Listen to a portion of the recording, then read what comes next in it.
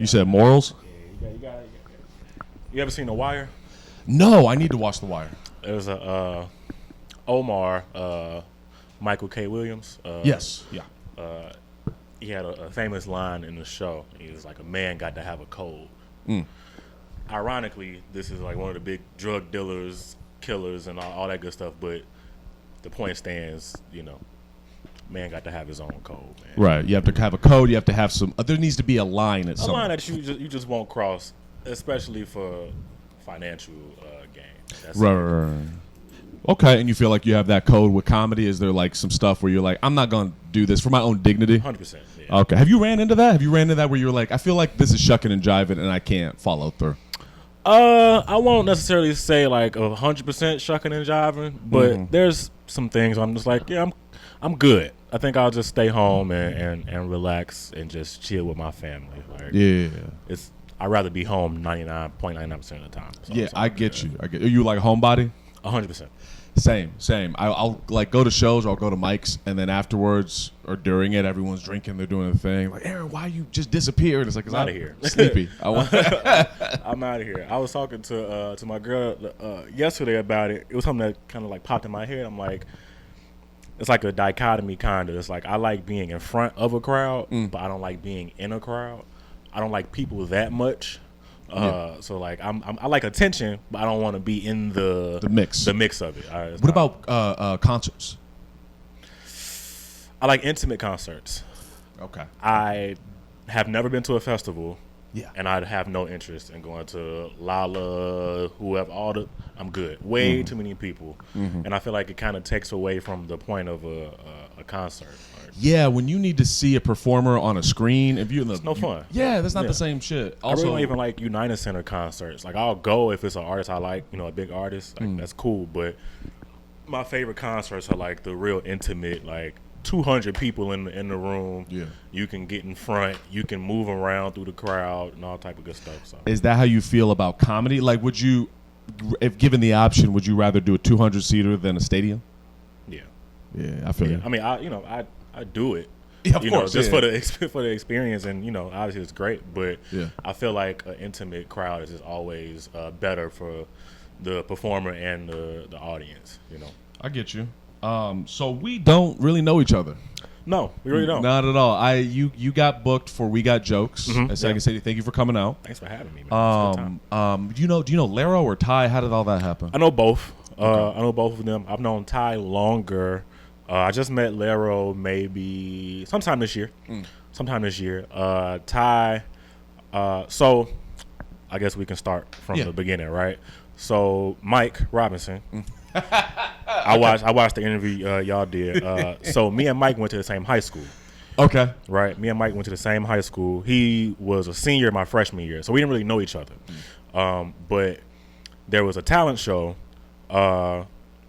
his senior year, and he did stand up. I think that was the first time he went on stage, actually.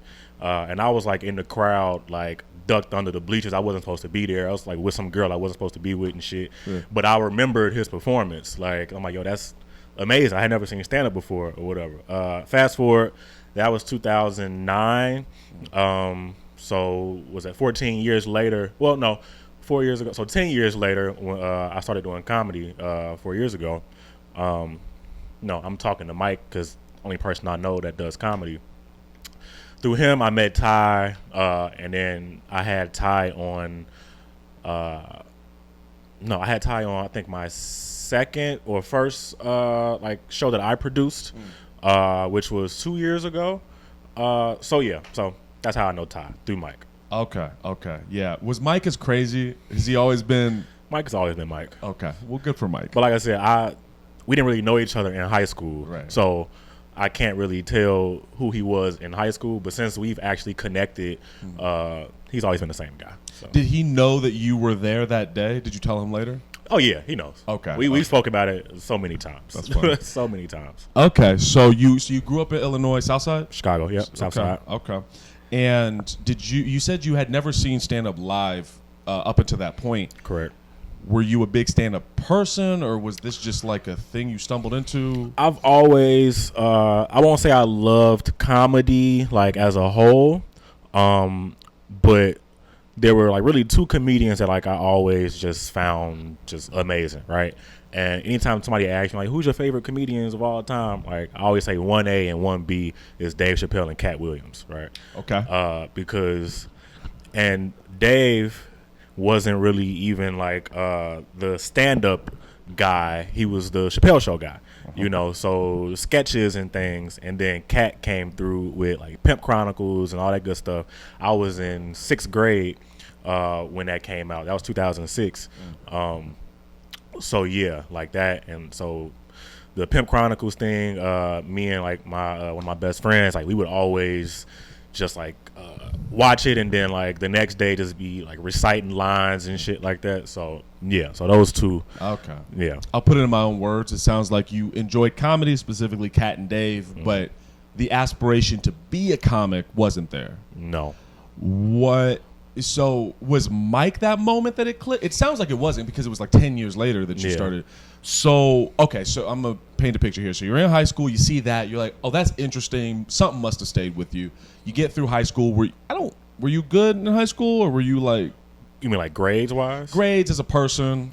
I was so let's see, how can I word it, right? I've always been a good person. Didn't like school. So, like, I'm a friendly person, I'm a nice person or whatever, but I skated through type of thing, you know, unless it was a class that I really enjoyed, like TV production and stuff like that. I'm all in, like, leading the department and awards and all type of crazy stuff. But as far as like math and shit, I'm like, nah, bro.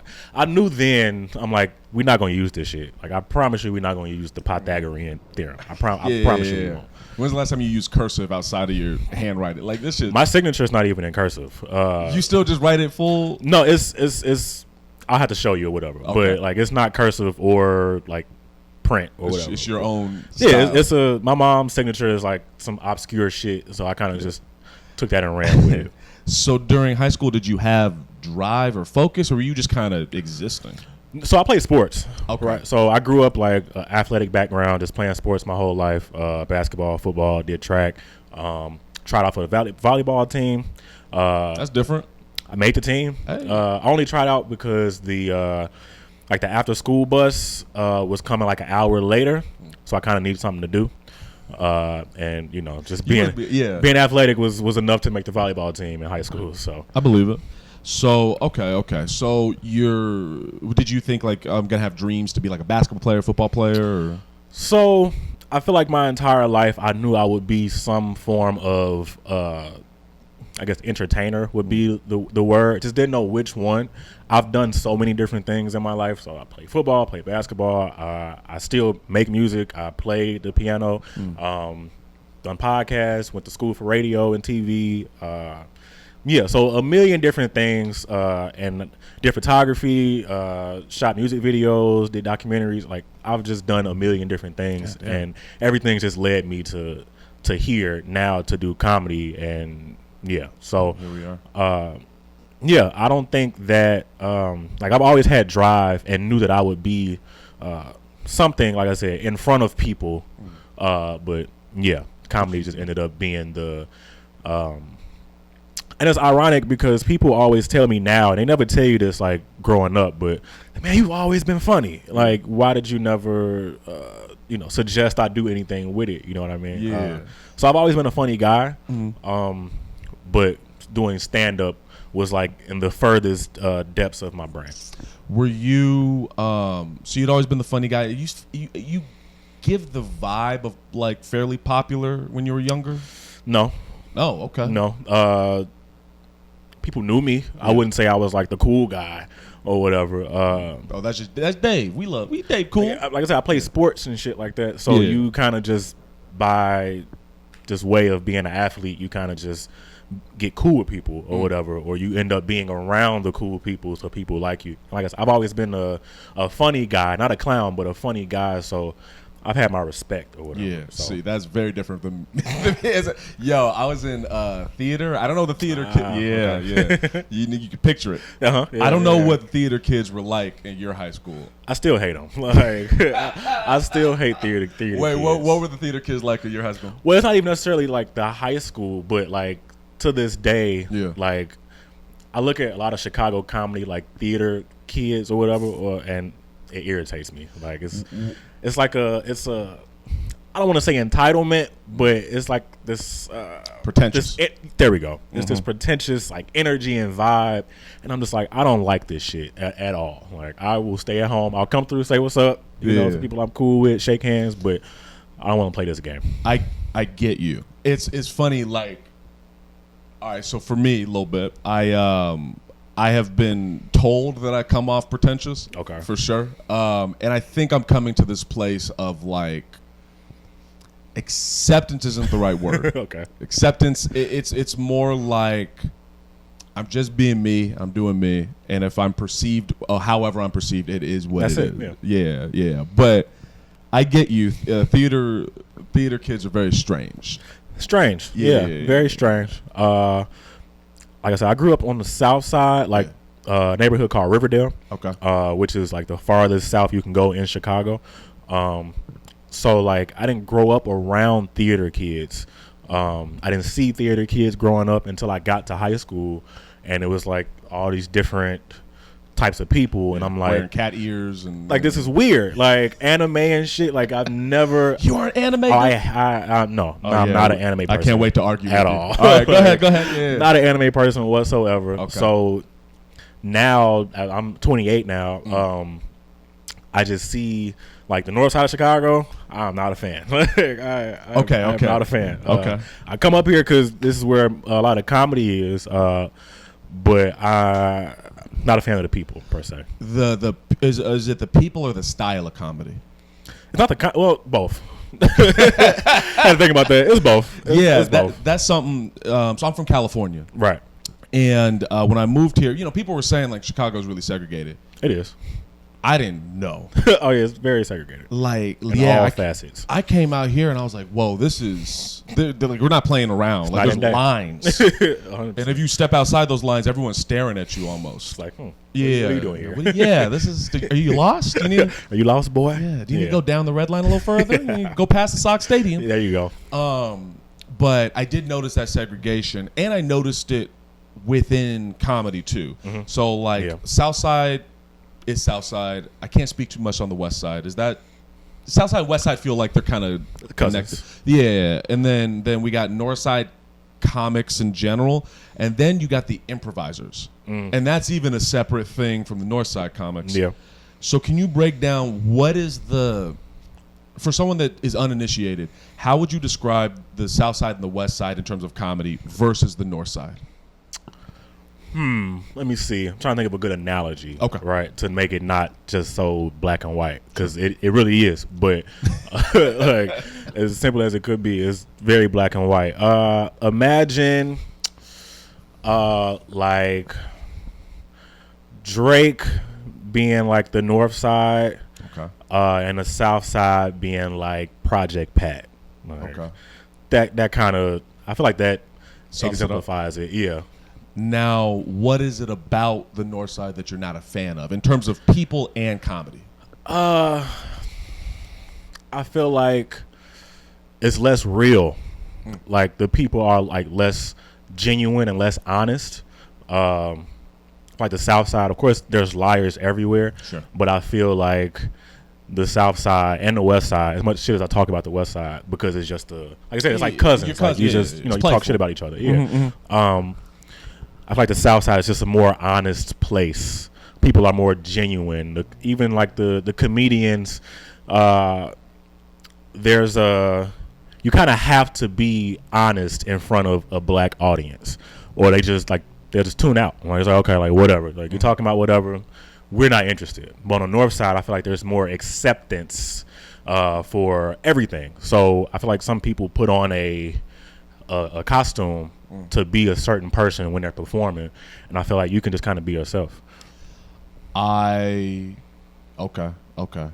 I feel like I get what you're saying. I'm a contrarian. I grew up. I guess you could still say I'm a contrarian. So my instinct is to find some sort of pushback, but first, before I do, I want to fully suss out what you're saying, and I feel like I get it. There's an authenticity to the South Side, and in front of black rooms, you can't.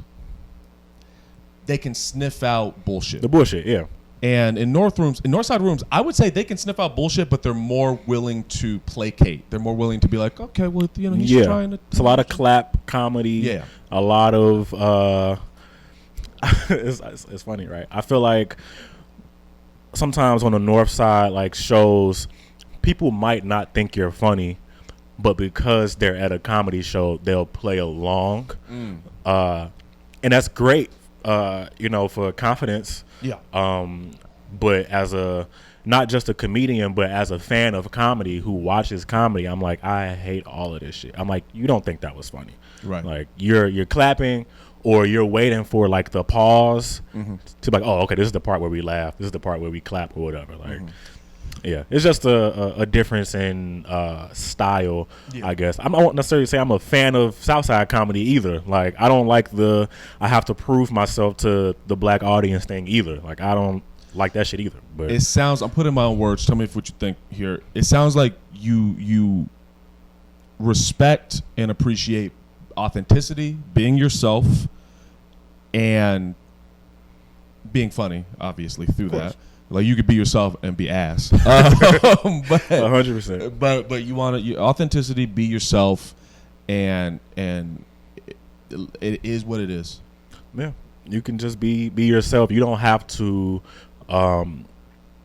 be anybody else. Who you are is good enough. As cliche as that might sound. Sorry, it's making me nervous. You good? But okay. So here's the part where I'm gonna give a little pushback. Let's get it. Okay. I think the South Side wants and appreciates authenticity when it's the type of authenticity that they understand.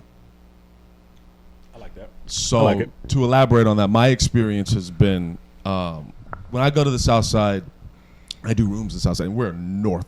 Like I'm with the Mexicans in Albany Park, and so when I go to the South Side, you have to tell them where you live at. Yeah, I stay Albany Park, Nick. This is what we do. This Nick Pilsen, cuz that's insane. Yeah, but when I go to the South Side, immediately they're like, "Oh, well, you're not from here." Like the way I sound, the way I dress, the way I present myself, what I'm talking about is not South Side at all. And it is like pulling fucking teeth to get them to just listen. It's like, trust me, I've been doing this a long time. What I'm saying is interesting and is different than all these other comedians you've seen. Just listen and you'll get something out of this. The problem for me, I always struggle with, is getting them to listen in the first place. And I think a big part of that is, again, authenticity, but not the authenticity that they understand. Right. So that's my only pushback. I agree, though. I agree with that. There's I feel like that's a human thing. Sure. It's like people are accepting of what they understand. That can be good, that can be bad, or it can just be. You know what I mean? I feel what you mean, but you're actually not from here. Yeah. So I feel like there will be a disconnect. Like, you don't.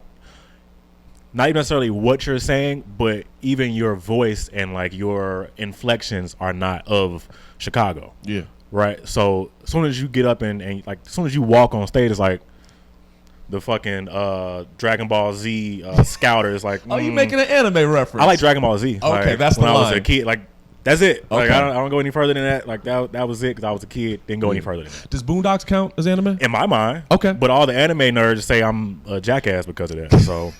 I'm like, well, fuck it. Fuck anime then. So. I think I'm going to give you an anime suggestion. I'm not going to watch it, bro. You're not going to watch it. I'm not going to watch it. You're not going to watch but it. I'm listening. I'm going to say it. I'm going to say it from my own heart. Is it Full Metal? Is it One Piece? No. I got, do you know Christian Royce? Of course. What does that mean? Of course. That's my guy, man. Okay. Of course. He's like the anime. Yeah, that's his shit. He has me watching One Piece. Okay. I am episode 7 out of 1,000 some odd episodes. Can't do it. Yeah, I've been putting it off because I'm like, this looks exhausting. But I'm doing it because he's my buddy and he seems happy about it. And it's fun. Christian always seems happy, man. I love Christian. But the anime I would suggest is Samurai Champloo. I've heard of it. Before I get into it, what is it about anime you don't like? It just doesn't keep my interest. Like, Okay. I can't really pinpoint something. Okay. Maybe it's that it's a cartoon. I'm not necessarily a cartoon person. Like, obviously, growing up as a child, and like Boondocks was maybe the last cartoon. Rick and Morty was all right. I like Rick and Morty in doses, but I like more real people on screen. Like, The Wire. yeah. Okay. What about like Atlanta? First 2 seasons I really enjoyed. Okay. After that, it kind of Not your thing. yeah, it kind of took me away from. Insecure. I have like a love-hate thing with Insecure. Like, Okay. it's more so like I enjoy it, but women like it so much. It's the contrarian in me. It kind of just comes out like ah. Yeah. But I like the man and woman like polarity that they show in the show. So you kind of can be on Lawrence Hive and like shit like that. So I love enjoyed Lawrence. that. Man, I had Lawrence back. Like he had the Best Buy shirt and all that. You know what I mean? God. So yeah, like good glow up. I love Lawrence. I like Insecure though. Lovecraft Country. Liked it. Okay. Some stuff I feel might be the intentions might be good, but might come off too woke, kinda. Like, I don't want to necessarily say that show was like a woke show, but I feel like sometimes black shows, they show things to inform white people on certain things, but they aren't the ones watching it, if that makes sense. It does. So like it's very informative. Like, it was a good show. I like Jonathan Majors, The other Juicy people. Smouye sister, Jordan, I think her name is Journey. Yeah. Journey. She's on Roll Bounce and shit. Dude from The Wire's in it. His name's Montrose in the thing, but in The Wire, he's the guy. Michael K. Williams. Yes, he's in. He's in Okay. that too. Yeah, I know they canceled it, but like I watched the show. Like, Yeah. I won't say I hated it or anything like that. Okay. I watched it. I think like the monsters, or maybe not monsters would be the word, but The ghouls, whatever. yeah, kind of. I'm like, Okay. I don't really like shit like Fantasy. Yeah, that's Harry not my Potter, thing. Lord of the Rings, No, thank you. all that. Okay. that. Harry Potter is okay, but I won't be like, yo, I'm going to go see Harry Potter. I'm like, no, Opening no, night, thank you. fuck all that. Yeah. No, hell no. Okay. Opening night of anything, by the way. That's the Okay. crowd shit I'm talking about. Like, I'm good. I'm piecing together who you are. Then with Samurai Champloo, what I would say is, I think you would probably be like, oh, that was enjoyable.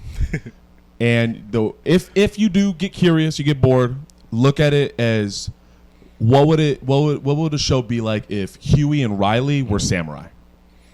Because that's literally what the show is. Is the character Those characters. So Huey and Riley. So Samurai Champloo came out before Boondocks, right? and Boondocks, Huey and Riley are kind of based off of those two, of Mugen and Jin, these two characters in Samurai Champloo. So they are of Asian descent. Yeah, the characters are Asian, but they have this in personality and temperament.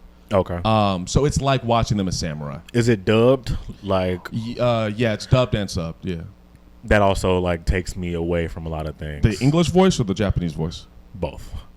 I don't like shit. You just don't like shit. I don't like shit. What do you like? What do you enjoy? Not much. Like, I really don't enjoy much. For real?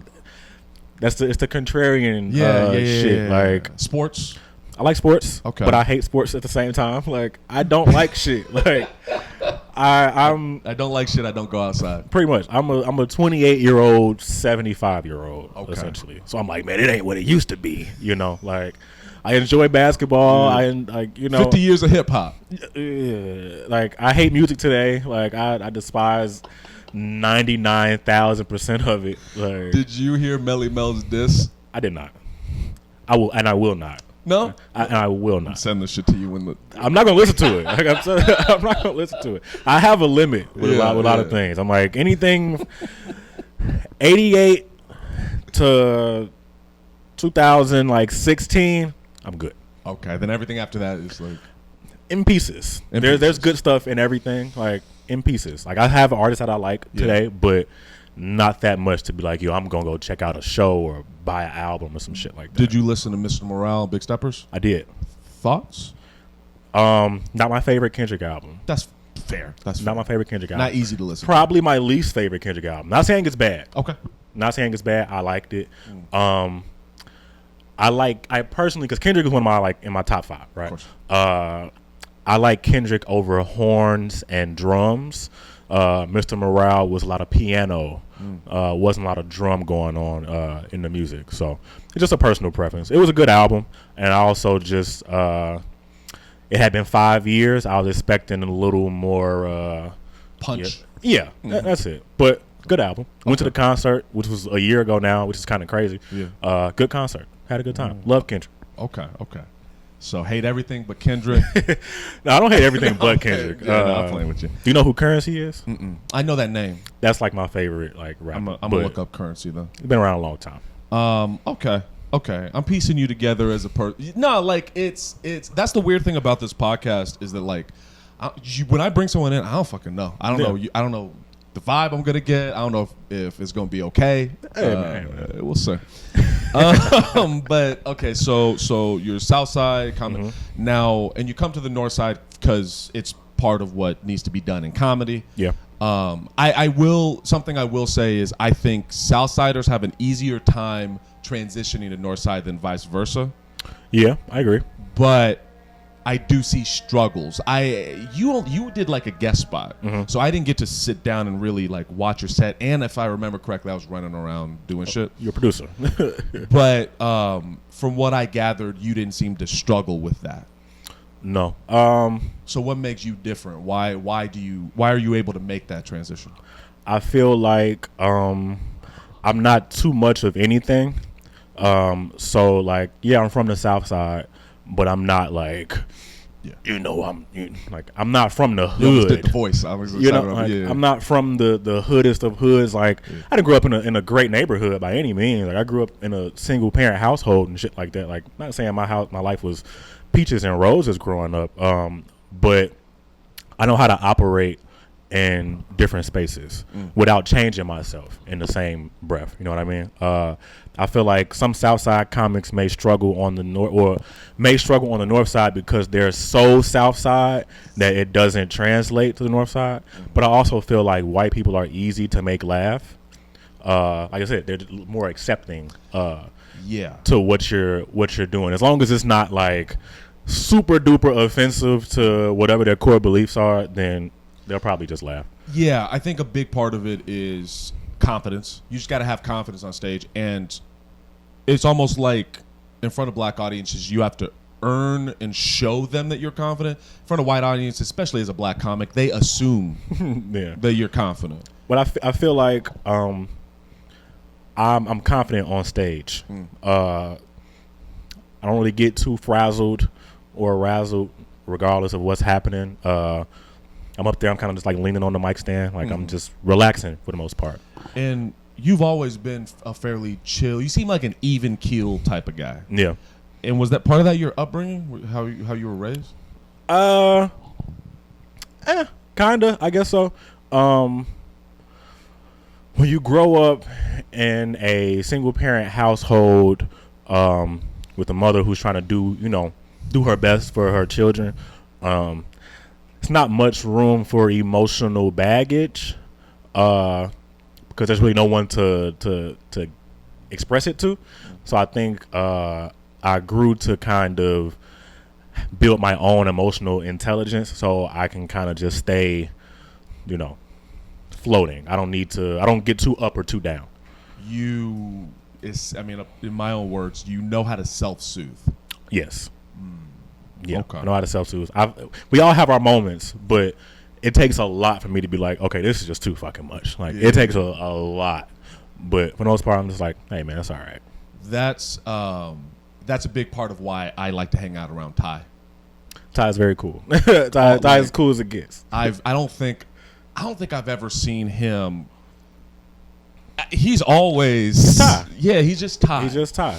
He balances out my. He helps balance out my neurotic behavior. I'm sure, as we've talked, I'm sure you could pick up on my little idiosyncrasies as well. And it's been interesting developing friendships with people out here, because I feel like I've been purposefully finding people that balance out me. Do you have like a crew, or you solo? How are you doing things in comedy? In comedy, like I have a very small select people that I really consider like these are my people. Like a lot of people I'm cool with, you know, we see each other, we dap up, shake hands with, but the circle per se is very minimal. I think that helps me through this because I'm not attached to the comedy scene. So I always tell people like I do comedy in Chicago. I'm not a Chicago comedian. Okay. So I don't feel like this attachment to like, okay, I need to go do this. I need to go do that. It's like, no, you can do what you do. Like I have friends outside of this. I feel like a lot of people in Chicago comedy may not have friends outside of comedy. So when things aren't going well or their friendships get shaky, you can kind of see it on them. Another thing, like as far as like the emotional intelligence thing with the North Side, people that I really don't like, a lot of people up here are depressed, and I don't want to say I don't like depressed people, but I don't like dark energy. Everybody has their moments and shit. Life gets rough for everybody, but I feel like it shouldn't be every day. I have so much. So first off, I think it's really smart that you have things outside of comedy. Like I think for me, myself, and I think a lot of comics run into this issue where we become obsessed and everything is comedy. And man, if you skip a day, you just wasted your time. You ain't never gonna be successful. You're not gonna be shit. You better be out here every night. And it's like, I had a conversation with one of my friends about this like yesterday, I think. And I was saying that I feel like people make comedy their identity. So when things aren't going the way that they want it to go, now there's rants all on social media about how nobody loves them and nobody fucks with them and blah, blah, blah. And I'm just like, bro, you need something outside of this so you can come to this. Like this comedy, I love comedy, love stand-up. Wonderful, amazing, but I have a family at home. Like I have a family I take care of at home. Like I have a girl, I have a son. Like that's way more important to me than comedy. Like, but it makes it easier to. I don't need to go do comedy 7 days a week. Like, would I? Sure. Can I? Sure. But do I want to? No. No. I think balance is important with anything. I'm with you. That's why I got that little flag there to remind me.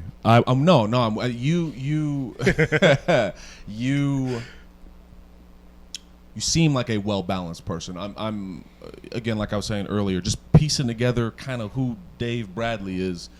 It sounds like you have sports, you have a family, you probably have friends outside of comedy. Yeah. You hate anime. You have so much personality. I really do. I hate anime. I hate.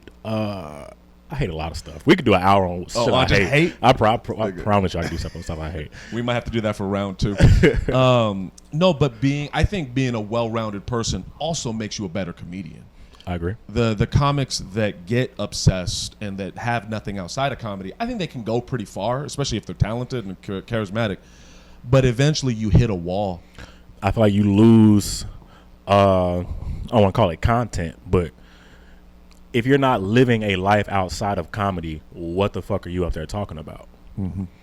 You need to live a life outside of comedy. I mean, I tell stories a lot. That's just me. But I live a life. So things happen, and I can bring that from outside into comedy. But if all you do is comedy all day, every day, you'll be working on the same jokes, and they'll get really good. But the well of material will run out sooner because there's no life outside of it. I'm with you. That was a lesson. That was a hard lesson that I had to learn when I moved out here. Where I was from, I was obsessed with comedy and yada yada yada. Then quarantine happened, and I sit your ass down. woo boy, oh boy, I had to do meditation. And, You learn a lot about yourself in solitude. But then when everything opened up, it was like old habits came back, and I moved to Chicago, and so that was like it was lights and sound and colors and people and it I attribute a lot of my calming to this person here behind the camera, because I don't think you would have been much of a fan of me if you first met me when I moved here. You'd have been like, this guy's doing a lot. You know what's funny? Yeah. I didn't meet you, but I saw you. Oh boy, I've seen you like way before we've actually met, like a couple times. Yeah. Like I said, you stand out. Like, was it in the South Side? I think maybe one spot was on the West Side. Okay. I know I saw you at What a Jerk. No, I saw you there. Okay. Yeah, I know I saw you there. I think you went first or something like that. Probably. And I don't think it went well, if I remember correctly. Yeah, I didn't, but it's okay. This is the life we chose. It's life. It won't always go well. It was What a Jerk. There ain't no stage. I try to tell people that all the time. Like, people that do a show in like a fucking chicken shack and then go to Facebook like, man, I bombed afterwards. I'm like, hey, you can't bomb at a chicken shack. I promise you. Like, if it didn't go well, that's fine. But you didn't bomb. It's okay. There was 3 people there. So you do. So I have a memory issue. Like I really don't remember shit. Part of it is just a traumatic childhood.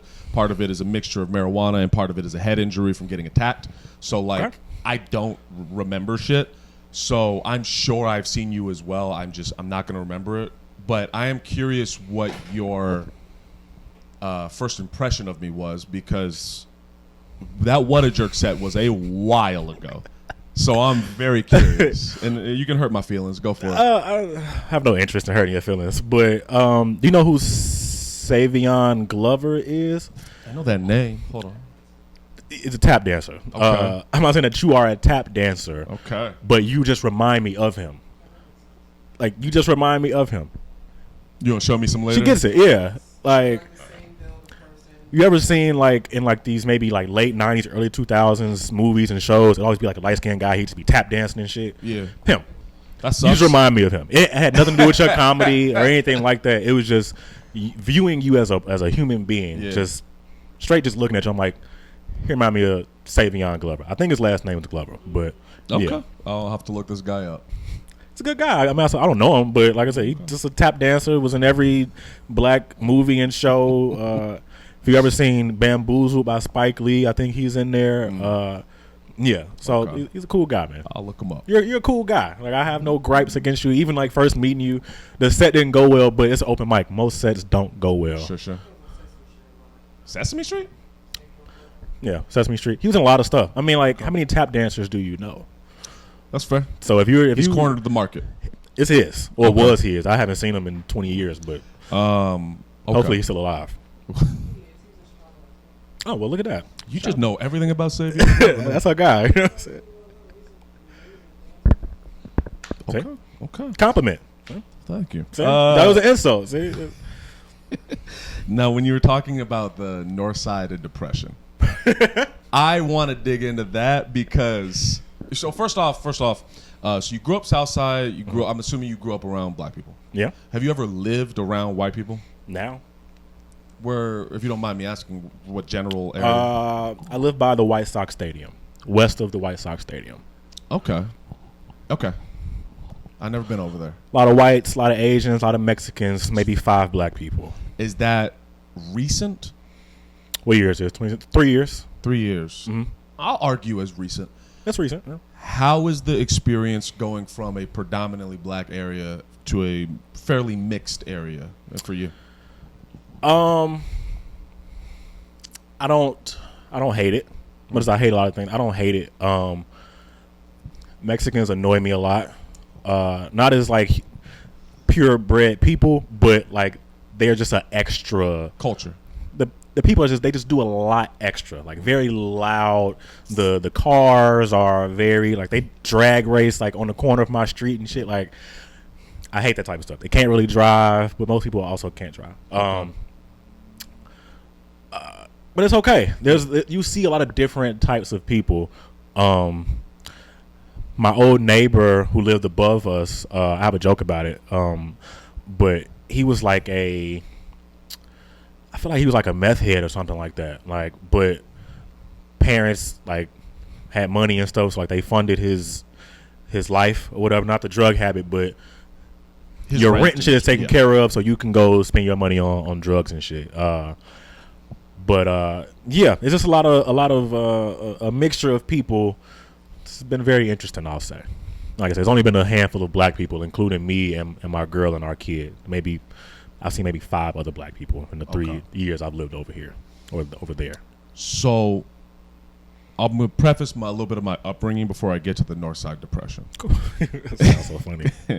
So I grew up amongst the whites and Bakersfield. Oh, how do you know about Bakersfield? I told you I watched a couple of episodes. Oh, okay, fair enough. Riverside near Bakers, it's close enough to be concerning. And they, in my experience of white people, this isn't to take away from. Everyone's got struggle. Rich, take poor, away from it, man. Take away from it. Take away from it. These motherfuckers. There you go. All right, no, but go. It's weird because you grow up around them and they're doing evil, crazy shit, but you're also seeing their humanity, sleeping over at their houses, eating breakfast with their families and shit. So you see the humanity, but there's so much evil wrapped around it. Yeah. It's like you have to fight to get to the core of their humanity. It's there somewhere. I'm working on my anger and being understanding of people. But they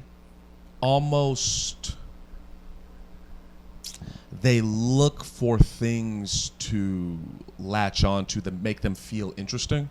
And depression is one of those things from what I've seen. I can see that. Yeah, like they, you know, like they when they listen to rap music. Growing up, I would be listening to rap because these motherfuckers look like me. Yeah. Like I may not be from the same cities or the same area, but goddamn, you look like me, and there's something that to the soul that's speaking to me. Yeah, it relates. Yeah, and then these white kids would be bumping their Eminem with their little do-rags on, and no bullshit, would wear like purple do-rags, and it's insane. And you could feel this desire for struggle, this feeling of like I'm boring and I need something. Yeah, it looks fun from the outside. It looks so much fun to them from the outside. And so I think clinical depression's a thing. I know 100%. I know white people. One of the episode that came out today is a girl. She's clinically, like, she has chemical imbalances. Who? Jessica Misisanto. Okay, I know the name. If I see the face, I'm like, okay. Yeah, I'll show you later. She's in the pictures thing. But she has some chemical imbalances. She had a childhood that warrants her depression. It warrants her struggles. But I've also seen people, like comics, who get on stage, yeah, man, my penis is small, man. I walk right the fuck out. I walk right the fuck out. I don't want to hear that shit. I promise you. What is it about? Because I'll argue, though, that's their life. I'm sure his penis is small. I don't doubt it. That's his life and that's his upbringing, and he's expressing that. What is it about that that's so off-putting for you? I don't like self-deprecating people. Why? Why are you like that? Why? Like, we all have our faults and fuck-ups and shit, but I don't think you should, like, live in it. Like, we have good shit about ourselves as well. I don't like because it's like, it just makes you uncomfortable? Why? Like, yeah. I don't want to hear about, like, yeah, you know, my life is just so sad. My wife, you know, she, you know, I'm just a dumb dude. You know, it's like, come on, bro. Like, yeah. have some self-confidence. Some love, like, love yourself. It's okay. Like, we all have our moments where we hate ourselves and hate the shit that we do and blah, blah, blah. But you can love yourself, too. It's okay. I promise. Yeah. Yeah, you couldn't live up here. You get. I can't. I even driving up here, I'm like, I appreciate your patience for even doing this. It's just like I said, like, I don't want to say depression is what up, but like I said, the self-deprecating, self-loathing, the incest, low vibrational shit, just kind of yeah. That's That's good, man. I mean, no, like it's no. I support your thought process. It took me a long time to get to a similar thought process. I have this thing where, I come from chaos. I come from depression. I come from just white people trying everything. No, for real. Like, they will do everything in their power to mold you into Candace Owens. Like, they will do everything they can to make you fit. Do you like Candace Owens? Do I like her? No. You don't like her? Okay. I am so disappointed in her. I don't dislike her, but I'll let you continue. I don't dislike her. I'll let you continue. I'm disappointed in her. Okay. And I don't know Candace Owens. We're not buddies. I'm not texting her after this. You should give her a call. If you have her number, I'd love to have her on the podcast. I would talk to her. You sure? I mean, we'd probably get heated, but there seems to be a lot of self-loathing and self-hatred when it comes to Candace Owens, from what I've seen. And I think that comes from white people. I think that it gets in your head because I know that feeling. I know that feeling of feeling like it's wrong for me to exist how I exist. To watch movies and no one looks like you in the movies except for the one black dude. Hey, what's up, man? What's up, brother? How and you then doing? He leaves. That's it. And that's it. And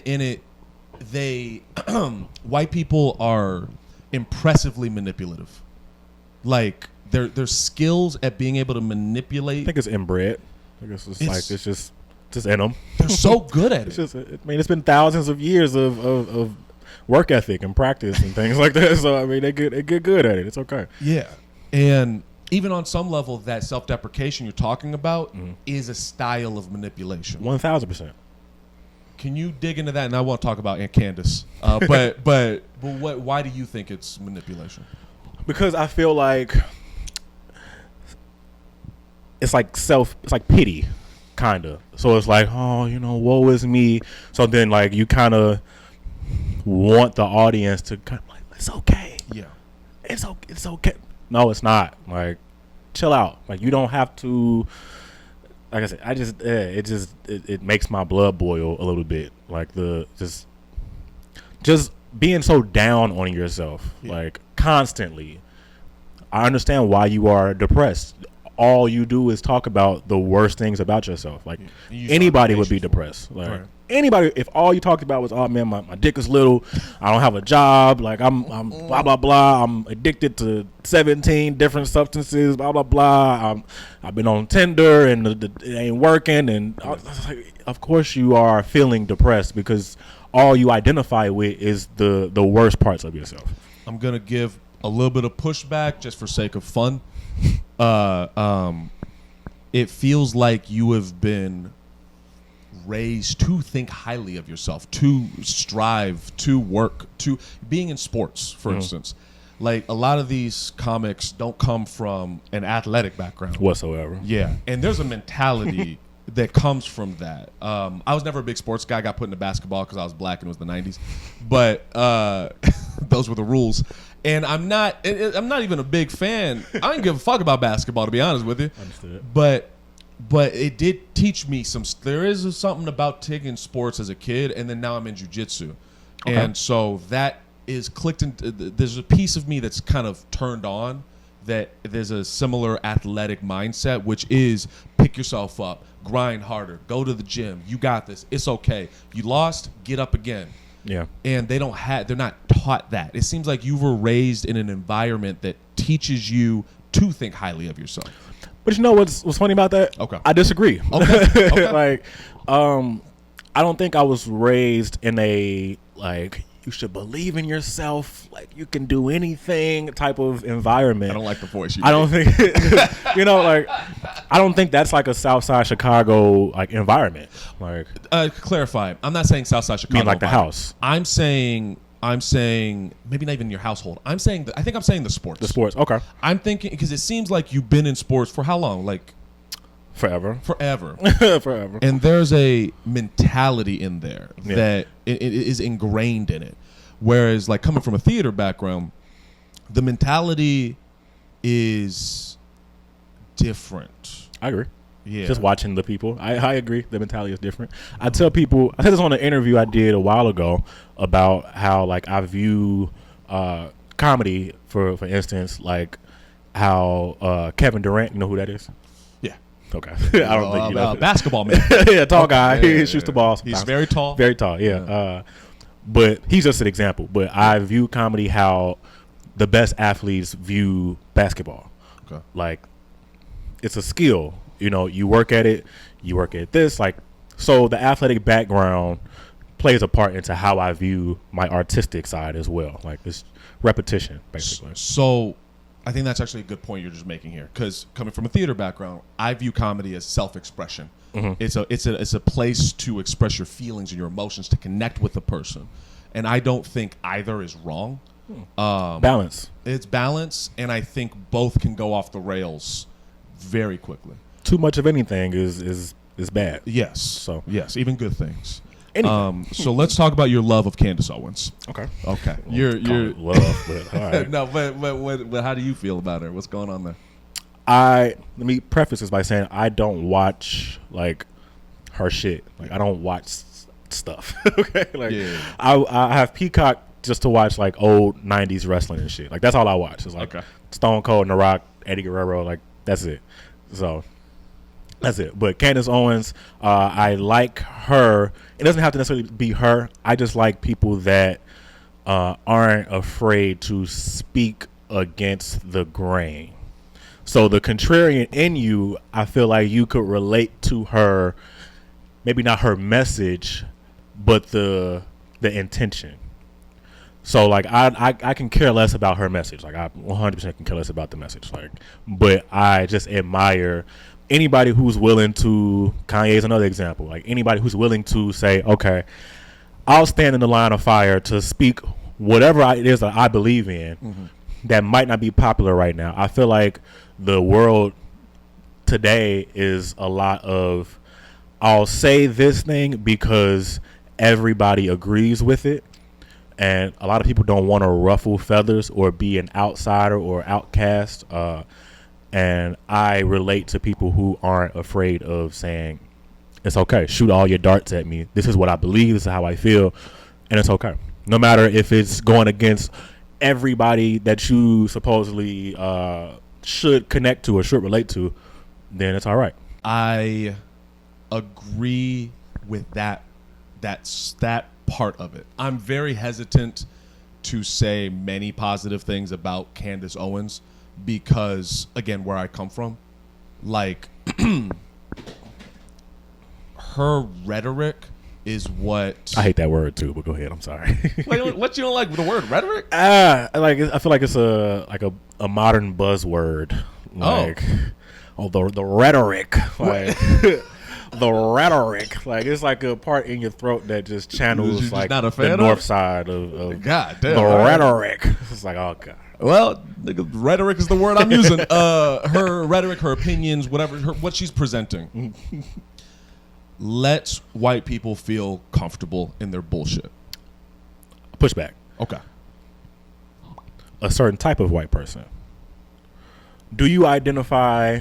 And I hate that word too, but do you identify with do you identify with like liberal culture or liberalism or whatever? I think the world is so fucking confusing and everyone has different definitions of that. So can you explain what you mean? In the upcoming election, will you vote blue or red? I'll vote blue. Okay, understood. Okay. Continue. Yeah, she's speaking to conservative white people. Yeah. She's not speaking to liberal white people. But conservative white people, no, both of them are the problem. They're the problem. It's a friend used to always say this. Would you rather have someone shit on your chest or your face? That's it. And conservatives are shitting on our faces. Liberals are shitting on our chests. If I'm to pick one, if you're going to give me the option, I'm taking the chest. You know what I mean? I hate that. Because you hate so much. I hate a lot. I know. Okay. But it's not real hatred. It's just distaste or whatever. But I feel like honesty is less offensive than manipulation? I don't think she's being honest. I think she's being. I don't mean her. I mean, okay. like the politicians and the faces of these things. Like you said, like the Democrat shit on your chest, the conservative shit on your face, or whatever. Yeah. Like, I feel like Joe Biden, for example, right? I think he's a bigger piece of shit than maybe some Republican candidates because I feel like they're being honest with who they are. Yes. Versus Joe Biden's like, hey, I love you all. These fucking niggas. Like, yeah. Like, I don't, yeah. I'm with you. Kind of. Mm-hmm. Because they're being honest that they want like literal fascism. They want a dictatorship. Mm-hmm.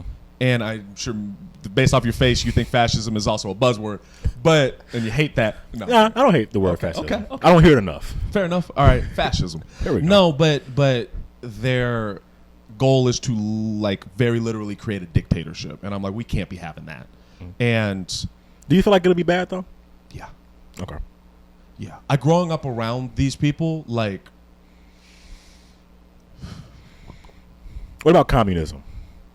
And we don't have to get into different types. We of can. This is going to get interesting. We don't have to get into that. I don't know it well. And if you gave me a day or two to like study it and look at shit up to speak to you, I would talk to you about it. Cool. But just asking. But in growing up around these people, I know evil sounds extreme, but it's a good word. My God, I don't hate that word. I like that word a lot. They evil, like real, like horrific. What do you feel? And I hate that this is turning into U.S. history, right? Yeah. But what do you feel? Like honestly, not what the definition, what they say it is, but like what do you feel America is? Like the type of government it is. I know they say it's a what's it called? Melting pot. No. Like the type of government it is. It's a something republic. Democratic republic. Right. Well, what do you honestly feel it is? Like, do you feel there is we have a choice actually? I don't mean in your day to day, like, hey, I woke up and I washed my ass today. Not just voting, but just life choices outside of your four walls. You know what I mean? Like, when I go outside, do I have autonomy? We all have autonomy, per se. You could live in a dictatorship and still have autonomy. Right. You mean like, I'm trying to understand what you mean exactly. So, whoever's running for the president next year or whatever, Joe Biden and whoever else, right? Probably Trump and Joe Biden. Right. Do you feel like whatever we want, right, is actually what'll happen? I think no matter whatever we want will not happen. When I say we, I just mean America, the people. Well, then that becomes the problem. Is America's split to me. Mm-hmm. There is a pendulum. There's there is a running scale, but that scale has gotten more and more separate of each other. I guess what I'm saying is, do you think the people have a say so in that, or is it the powers that be? The powers that be that make it what it is. Do you feel like 10 years ago, what's it, 2013? Do you feel like 10 years ago, Obama was in office? Do you feel like the people made the country what it was, or was it the president? I think not even him, but just I think puppets per se. But I think I have an answer for you. Okay, this will be fun. Let it roll. I think that the powers that be set the tone and the vibe for how the people will generally behave, and then how those people behave, then from there affects the government. A funnel, essentially. Yeah, it's a back and forth, and I think that with Obama, I can't speak to the policies and the little ticky-tack shit. But what I can say, the countries and shit. Yeah, the vibe was very different. The vibe, just the feeling. He gave off a controlled, calm feeling, and then when Trump got silent assassin, I guess. I guess, but just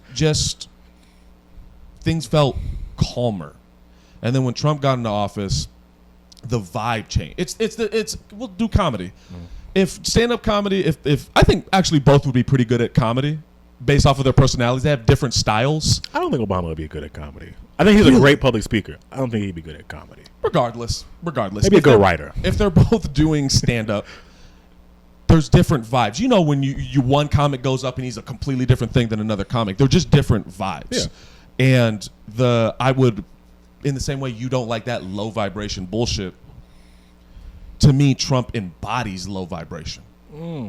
I like Trump. Okay. I don't say I love him or I would vote for him or whatever. Please like, elaborate. I'm not a voting type of person. Like that's just not my thing. Okay. For like major election type of things, like municipal shit, I'll be there. Right. What is it about Trump that you like? Same thing with Candace Owens. Same thing with Kanye. Like, one, he's entertaining. Like, I think first and foremost, he's entertaining as hell, and it was something so different. And like I said, like it's the contrarian thing. When all of this side is like, "Oh, we hate this man," I'm just like, "Well, why is that exactly?" Like, are you asking me? No, no. Like, I don't think him and Joe Biden are necessarily different in their feelings towards people, but it's the comedic style or whatever. Like, all the presidents are bombing millions of people and innocent families and shit, right? So we like, oh man, this guy is a better person. It's like, it depends on who you ask, right? Sure.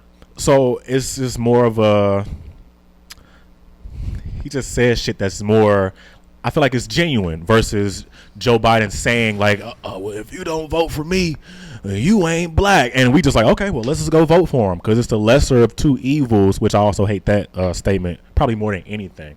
I feel like you don't have to choose evil. I think that, first off, to go back to my question, because it sounds like you're saying, because it's you going to that contrarian mode here. What is it outside of the contrarianism? What is it that you like about Trump? His personality. Okay. What is it about his personality that you like? It's kind of fun.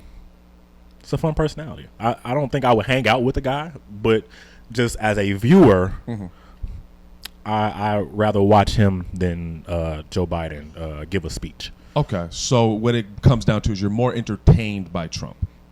100%. Okay. Like throwing the paper towels was like top tier comedy. Like, sure. It's fucked up. Yeah, it is. But like, it's still pretty fucking funny. Okay. And then in terms of your view of all of this, you say you don't like the idea of lesser of two evils. You believe both parties are evil. As hell, yeah. Okay. One party is just more entertaining. Trump is more entertaining. Yeah. To me, he's become. If it was Mitt Romney, I wouldn't give a fuck. Like, so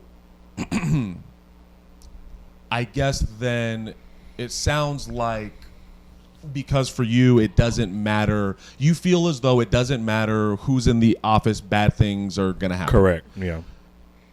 So to you, you just want to be entertained when it comes to whoever's in the office. Yeah, and I also feel like I personally connect with more conservative thinking than liberal thinking. Not saying I am a conservative or whatever, but I think there's more things in the conservative way of thinking that I agree with than liberal. Yeah. Can I get examples of those things? I am not for abortions. Okay. We can just, you don't have to go further. That's an easy one. Yeah, that's an easy one. Okay. I don't think we need to go further than that. Okay, like, so anti-abortion, right. pro-life, whatever you want to call it, and then any other talking points? I think the liberal world is like pushing. No. What do you like? What is conservative about your views? I was getting there. Oh, okay. I'm just saying. My bad, I feel like the liberal world today. I don't know if it's always been this way, but I feel like a lot of stuff is pushing like broken homes, right? Maybe not directly, but just it's marketing and everything. It's kind of just pushing the family being broken. I feel like more conservative things would, I guess, goes back to children, redacted word in there. I don't want to get the video taken down or whatever, but hurting. Are we talking about? We're talking about LGBTQ and not necessarily. I was trying to find the word for you to say it. I just said. C. Is it C? the word we just we're talking about, but just the action itself. When yeah. Right. okay. So I guess it kind of goes back to that. I feel like the world is kind of pushing that that's okay, and I just disagree. People can feel how they want to feel, like whatever. Like obviously, don't want to say that word either. It rhymes with rate. Okay. The R word. Right. You know, obviously that is like a different situation. But I don't know. I feel like, and it's not a liberal or a conservative thing. We talk a lot about generational curses and generational this and that, but we talk about it, and then we also push ruining our legacies, like our the fruit from us or whatever. So we can't necessarily have generational wealth and freedom and blah blah blah, but in the same token, be like, hey, F them kids, like it's okay, like just go to the chop shop and do all this. Like I see a lot of crazy shit online. I'm just like, that's not okay. And let me preface, before I became a father, I was maybe more okay with it. But seeing a life grow inside of a woman, seeing life being presented to the world, and also now watching my child grow, he'll be 2 in December, I couldn't imagine. So, okay, I'm going to put this in my own words. And I like guns. I'll put this in my own words. You let me know if I'm misquoting you or misunderstanding here. It sounds like the A word. Okay. The A word is one of those, probably one of the most important talking points or issues for you personally. You are against the A word, and because that falls under the conservative mindset, because of how important that is for you, that is where you're leaning because of that. Is that fair? Mostly. Okay. It's important to me, but I don't care if it's important to other people. Like, I'm pro-life in my life, but if all of my neighbors were like, hey, I'm pro-choice, congratulations. Like, you are free to do what you want with your body. Yeah. In my house and in my family, we don't do that. Now, in terms of enacting law, because if this is a viewpoint of yours, you would then decide the law would be anti-A word, which would then take away the ability or the autonomy of those people that all want to do this thing outside of your house. Is that? Because laws are just so, I don't necessarily think the law should be that you can't. Okay. I just think, like I said earlier about a man having a code, I just think people shouldn't want to. Like, I don't want to have a law that's like you couldn't possibly, but I feel like people should take more accountability in their own actions way before that's even a question, whether you should or shouldn't. Be cautious of who you lay with and how you lay with them and the precautions you take to prevent it even getting to that, to that point. So it's less about the law, because I don't like, laws are kind of subjective in a way. Like, certain people can bend them. Sure. So laws are written on paper, right? But I think it's more of a human issue than a legal matter to me. So my opinion is, I think you have every right to feel how you do, and your feelings, especially as a father, makes perfect sense. I think that there is a difference between how you feel about it in your household and how a political system deals with it. Agreed. And affects people. And I guess that's my feelings. the end of, I don't know, because it's okay. We're good. Yeah, it's I have a lot of thoughts and opinions, but then we'll go down this rabbit hole that will go into. Continue, Do you know what I'm saying? Yeah. Like, it's gonna go into a circle, and I can feel that would happen. So what I'll say is, I think I understand what you mean for yourself personally, and I separate personally what you're saying, who you are, versus what this political party is saying. 100%. Because to me, that political party is saying in far-reaching beyond what you're suggesting. Yeah, which is why I said I don't identify with either party. Yeah. You know what I mean?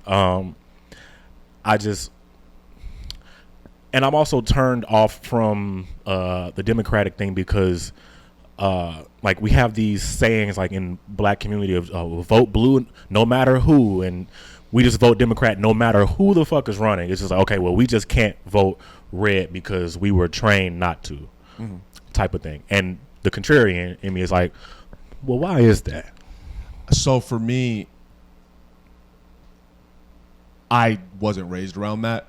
I was raised around conservative people, and their behavior and their beliefs have dictated my voting. So, like, if someone was Republican and I sincerely was like, oh, that's very reasonable, I'd be like, I guess we'll vote this way. But I have yet in my lifetime and in my knowledge of history, at least from like the 60s, maybe 50s, 60s and on, conservatives haven't generally presented anything that is supportive of just humans. It's the Reagan administration and dropping goddamn crack in the goddamn COINTELPRO and the list goes on and on. But and the January 6th and the coup, it's all so crazy. What about the crime bill, like Clinton and the three strikes? We're about to. So I think just go there too. Yeah, like it's both. It's very frustrating and it's upsetting. And I think for me, I vote and believe what I believe because I grew up around conservative people and because I'm a fairly understanding person. I'm a very patient person. I spent my whole life being patient with these people. And I got to the point after George Floyd, I was like, okay, all right, fuck it. After George Floyd, I was like, fuck it. Y'all really just don't give a fuck. Like, clearly. And I want to include liberal white people in that as well. 100%. The performative activism I saw from white people was so goddamn infuriating. I think I hate that more than that's what you the hate other more. shit. Yeah. Okay. Because I feel like you're, what they say, you're pissing, but you're telling me it's raining type of thing. Sure. I don't like to be lied to or played with. And I think going all the way back to earlier about like North Side comedy and just like theater, energy. I feel like it's just less genuine. I like genuine people. Obviously, everybody won't be 100% genuine. I don't think anybody will, but just I don't want nobody playing with me, bro. I'm with you 100%. I think where we have a disconnect is our environments. Yeah, 100%. I don't like people playing with me either, and conservatives lie and manipulate in a different way.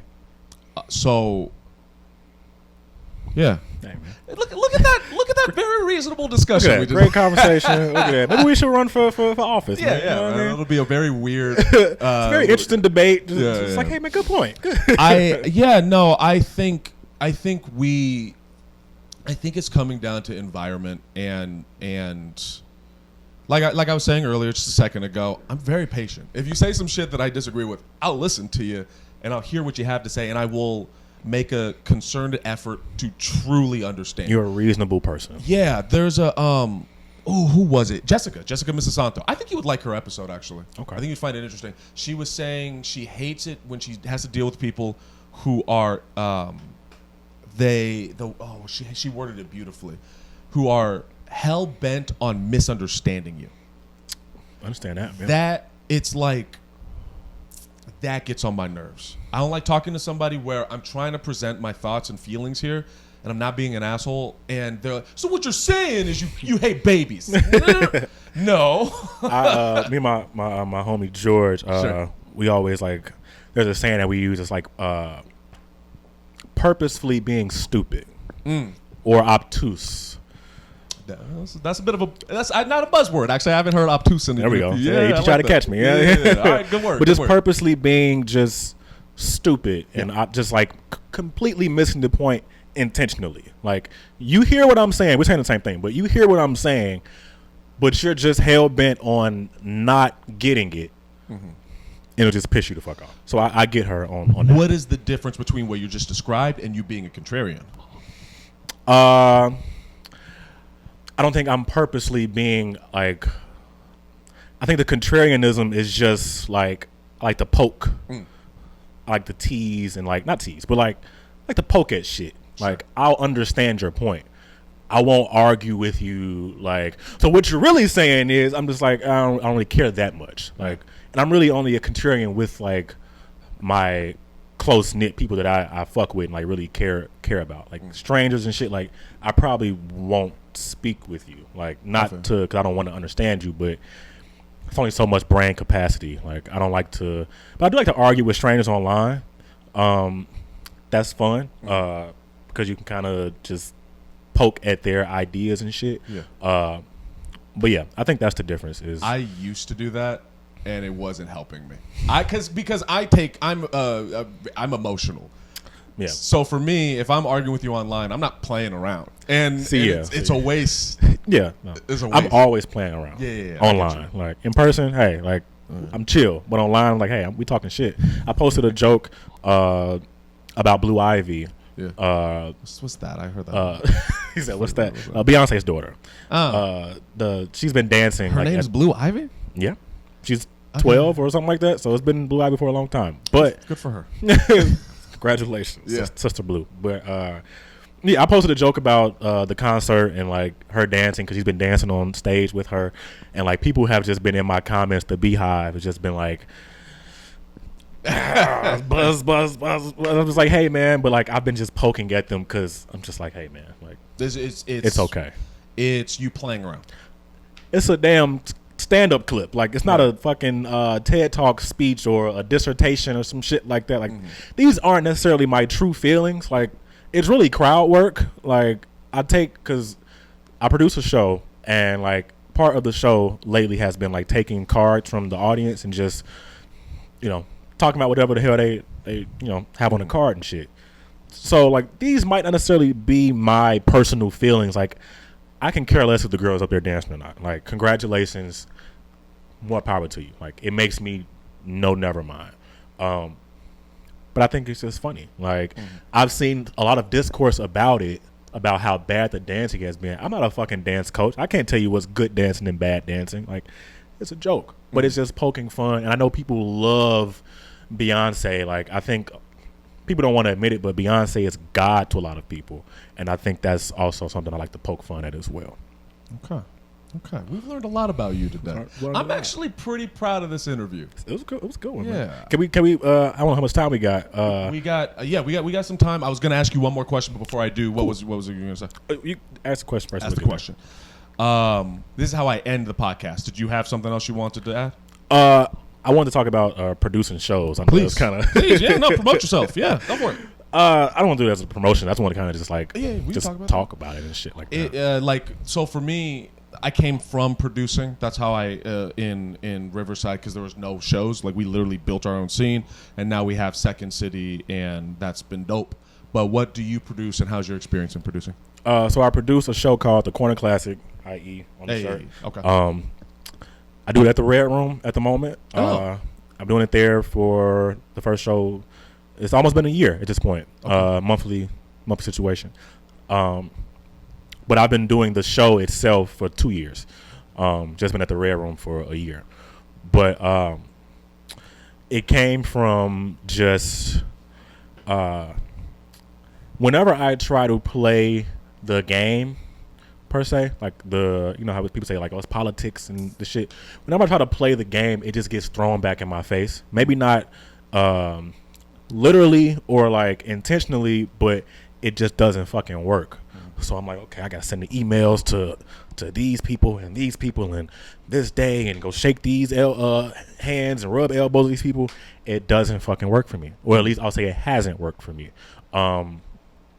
So like you said when you were in California about just building your own scene, that's had to be my way of entry into the Chicago comedy scene. I'm a DIY person at my core. Like my default setting is fuck it, I'll just do it myself. Like in everything. Do you feel like that allows you the freedom that you seem to be looking for? 100%. Going back to what we were saying earlier about feeling like I don't have to go up 7 days a week, every night, 3 sets a night, blah, blah, blah. Producing my own show, and I headline every show. So ultimate freedom, right? So I can do as much time as I really want to. Only so much you can do with 5, 6, 7, 8 minutes here and there. You know what I mean? So even if I do nothing throughout the month, at the end of the month or whenever I do the show, I can run as long as I want to, right? And I can dictate how much money I make, the time, the material. I bring out my own audience, for example. Like comedians will promote a show, but it's not their show, so they won't really promote it as much. Like I have no issues with it. Like I get on shows, I'll post a flyer once or twice and kind of be done with it. Like it's not and I think it also depends on how close it is to my show that I do. But yeah, I enjoy producing shows. I think it's not for everybody. It's a deliberate choice that you make to be a producer. Yeah, I enjoy it though. What is your career goal in comedy? What does it look like to you? So the show that I run, like I said, called the Corner Classic. I want the Corner Classic to be a traveling show. I really don't want to use the word traveling, but I want to have the shows happening in other places, but I'm not there. So franchise, probably not the best word, but along the lines of that, right? Okay. So like Corner Classic be happening in Vegas somewhere, but I'm performing personally in Florida or something like that. Sort of how there's Laugh Factory Chicago, Laugh Factory LA, Laugh Factory Florida. I don't know if it exists there, but you know I don't think so. But that's a club. Okay. So I want to kind of sort of like Don't Tell does that. It's like, okay, well, we're in this obscure location today. I don't want to be in obscure locations, but I want to just be like, okay, we're going to the Ford field or whatever in Detroit or some shit. And then next month we're in Tallahassee doing a Corner Classic. And it's comedians and a host and like it's a whole show. How do you plan on developing that? So at the moment now, partially is bringing out comedians from other places to come to the Corner Classic here in Chicago. So then their audiences will see like, well, what's that? And then in time, we come to you. And then I also want to just provide, like I said, other comedians and hosts the opportunity to be a part of the show. I don't want to be there all the time. I'm running it. And like I said, I headline it every show, which is great for me because I get so much content from it. And people, when I first started, I would host them. And the people in the audience will come out and they'll enjoy the show. But at the end of the show, they're like, man, I kind of feel like cheated a little bit because we came to see you. Right? We came to see you and you hosted it, which was great. You did your shit. And then you gave us these great comedians, but we wanted to see you. So this just right now allows me to build my platform and build the brand of the Corner Classic simultaneously. And right now it's going like this, like we're converging this way, but eventually we'll separate like that, but we'll always be connected because it's mine at the end of the day. I think I'm excited to see where it goes. Me too, man. I think in this time I've gotten to know you, I can't say we agree on everything for sure. We should. But this podcast would be boring if I agreed with everybody. It's like, oh, yeah, I agree. Yeah. If we were just sitting here jerking each other off the whole goddamn time. But Pause. Pause.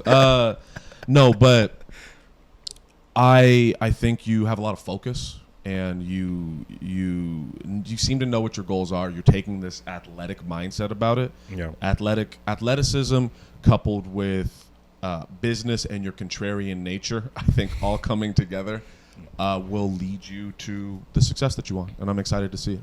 I appreciate that. I feel like, and I'll just one last thing. I feel like at one point I wanted to be like the biggest comedian in the world. That is no longer my interest. If it happens, great, right? But like I said about my the rapper Currency, right? He's kind of like cornered his own market of like core people that just fuck with him. Like every show he does is sold out. People love him, buy his merch. The people who like, it's a community of people that fuck with him, right?